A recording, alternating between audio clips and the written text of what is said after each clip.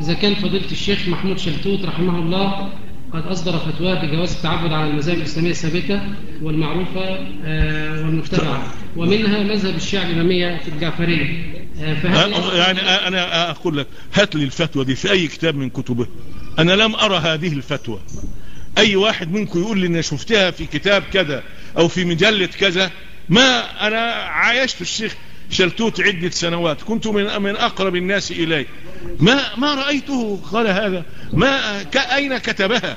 في أي كتاب من كتب؟ أنا أخرجت كتب الشيخ شلتوت الأربعة الأساسية: كتاب الإسلام عقيدة وشريعة، والكتاب الفتاوى الشيخ شلتوت، وكتاب 10 أجزاء الأولى في التفسير، وكتاب من توجيهات الإسلام. وكانت هذه يعني ضائعة في المجلات وفي الصحف وفي الإذاعة وفي جماعة هذه الأشياء، أنا وزميلي الأخ أحمد العسال.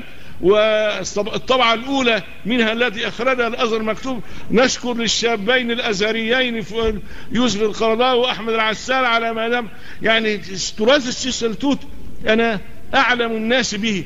ما رأيت هذا. أين هذه الفتوى؟